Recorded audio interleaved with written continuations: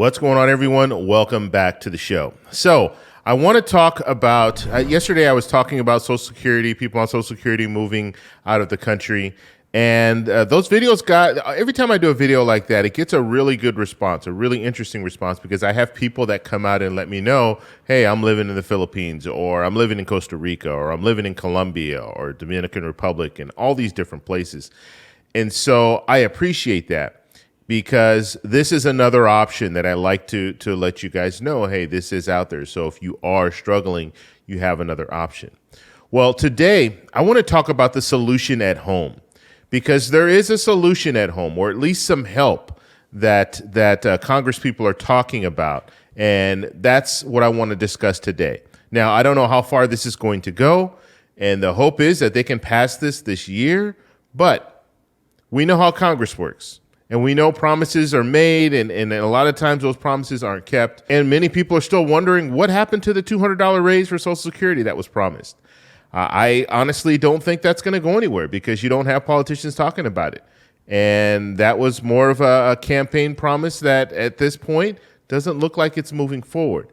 So we'll have to follow that story, but I do want to follow another story, because I think this has potential to pass, and hopefully pass this year. So that's what I want to talk about today. But first off, on this channel, we talk about financial news and what's going on in Washington, D.C. If that sounds like something interesting to you, please subscribe to the channel and hit that little bell notification. That way you get notified anytime we put out a video. And like always, if you see my name and a picture of me in the comment section, make sure you see a check mark next to my name. That check mark signifies that it's me. If you do not see that check mark, it's not me. It's someone trying to impersonate me. Okay, so I want to set the stage before we talk. We're going to be talking about the Social Security's 2100 Act, or the Social Security 2100 A Sacred Trust Act, HR 5723. So that's what we're going to talk about today. But I want to set the stage just so everyone understands exactly what's going on, so we're all on the same page. So right now we have a trust fund. Okay, so we have a trust fund for Social Security. We also have a payroll tax. The payroll tax pays the vast majority of Social Security benefits. Okay, and the way that it works is people who are working right now are paying 6.2%. Their employers also paying 6.2%. That goes to Social Security. Okay, now we have Medicare as well, and that's broken down where the employer pays 1.45% and the employee pays 1.45% for Medicare. And then there's also a cap. It caps out at $147,000, and so that's what we're looking at when it comes to the money that's going into Social Security. Now, also you have a trust fund. The trust fund is what they're talking about could run out in 2034. Okay, and the trust fund, that is money that's set aside just to help when it comes to Social Security, because now Social Security is running at about 80%.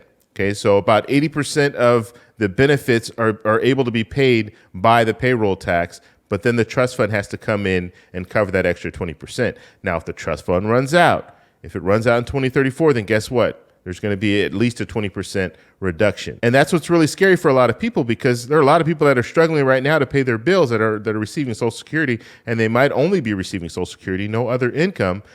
It could be cut 20%. And you can only imagine how that could have an effect on people. So let's talk about the help that could be on the way. So when we're looking at this bill, the Social Security, we'll just call it Social Security 2100. Okay, that's what a lot of people are calling it. You have one of the authors of the bill, Ms. Jayapal, and she actually just wrote a letter and sent it to leadership just this Monday when it comes to this Social Securities Act. And so what they want to do, there are a few different things, a few different ways that they want to tackle this. But the main way that they want to tackle this is they want to focus on the cap. I was telling you about the cap, the $147,000. Once you start making more than that, then you don't have to pay into the payroll tax. Well, what they want to do is they want to keep it at $147,000, but then they want to reinstate it if you make over $400,000. Okay, because remember, President Biden made the promise that no one making less than $400,000 would have their taxes raised, and so he has to keep to that. So that's why there's going to be that gap. So if you make $147,000 or more, you're not paying that payroll tax until you hit $400,000. If you make 400,000 or more, then now you're going to be paying into that payroll tax. Okay, so that's basically what we're looking at when it comes down to that. Now, they also want to change the way that COLA is calculated. Okay, so they want to adopt the consumer price index for the elderly. Okay, they want to do it that way because it is more reflective of people on Social Security, elderly people on Social Security. It reflects more for them. So if you're using that barometer, then in most cases, when it comes down to the cost of living, that adjustment will be more accurate. So they want to focus on that. So those are the two major things that we're looking at when it comes to this Social Securities Act. Now, there's some other benefits to the Social Security's 2100 Act, okay? And Ms. Jayapal writes here, the Social Securities Act increases benefits across the board at a time of higher inflation, protects low-income seniors, widows, and widowers, ends the wait times for those with disabilities needing support and more. And then crucially, it is paid by making millionaires and billionaires pay the same rate as everyone else by ensuring the payroll tax is applied to wages above $400,000. So that's what she's focusing on, okay? And that's what she's urging leadership in Congress to move forward with this bill. Those are the reasons. And so that's Ms. Jayapal's plan, okay? Social Security 2100. So it'll be interesting to see how this plays out during an election year, because you have Democrats that are supporting this, progressive Democrats right now for the most part, but I think all Democrats can get on board when it comes to this bill. However, how are Republicans going to respond to this? Because this could pass the House. They might not have an issue getting it past the House, but once it gets to the Senate, now you're going to be looking at a situation, are you going to get any Republicans to support this? And so that's where the focus is going to be. And I think it's a really good opportunity for them to put something forward that directly affects Social Security. And then also one other thing that I didn't even mention, Social Securities Act 2100, when you're talking about the trust fund, I was talking about the trust fund running out in 2034. This would extend the trust fund to 2038. Okay, so now you have 4 extra years and they can kind of figure out what they're going to do. So at least you're moving in the right direction when it comes to the trust fund. So it's going to be really interesting to see how politicians maneuver around this if they want to vote against it. Like I said, we have Republicans that are in office right now that are running for re-election, and they are not putting a platform forward. So if you kind of force this platform on them and say, look, this is what we support, Social Security 2100, you bring it to the floor, now they have an opportunity to either vote for it or vote against it. So even though they're not putting out a platform, they're at least telling you, hey, we agree with this or we disagree with this. And so this is something that I would hope that they try to move forward as fast as possible. The talk is that they want to get it to the floor by November, which that's too late if you wait until November. You need to get this on the floor by summer. Get it on the floor by summer, at least pass it through the House, maybe even in May, and then let it sit in the Senate. In the Senate, I mean, you have Democrats run the majorities, okay? So Democrats have the leadership. They can bring this to the floor. And I would hope that they bring this to the floor just to see where the votes are. Senator Manchin, Senator Sinema, I don't know how they feel about this. So we'll have to follow it and see where they want to go with it. But when it comes down to it, this is what we're looking at. This is the type of legislation that they're talking about right now. This is really the only solid legislation that they're talking about when it comes to help for Social Security. And we already know that they want to move forward some legislation. So hopefully this is one piece of legislation that they want to move forward, and then they'll have some other type of a package, some other type of a stimulus package that moves forward as well. So we're just going to have to follow all these stories and see where they go. I want to know what you guys think about this, because like I said, there are a lot of different options that are out there. And I just want to present that to you. I'm not going to be on here just telling you, hey, just wait. There's a stimulus check coming. I promise it's coming next month. I heard that politicians are talking about something coming next month. The reality is politicians aren't talking about a stimulus check. Okay, the only type of stimulus that they're talking about is a gas rebate.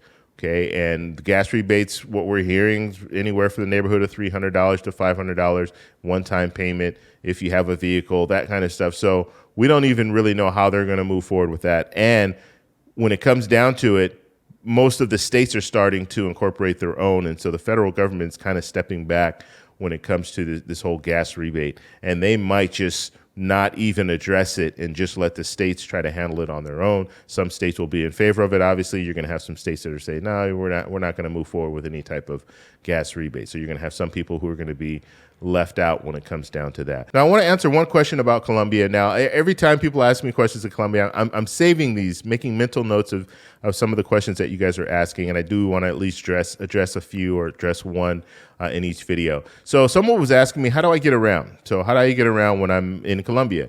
And so what I do when I'm looking for an Airbnb, and generally I'll stay in an Airbnb, especially if it's going to be long term. You don't want to stay in a hotel for a month, and I've been here going on a month now.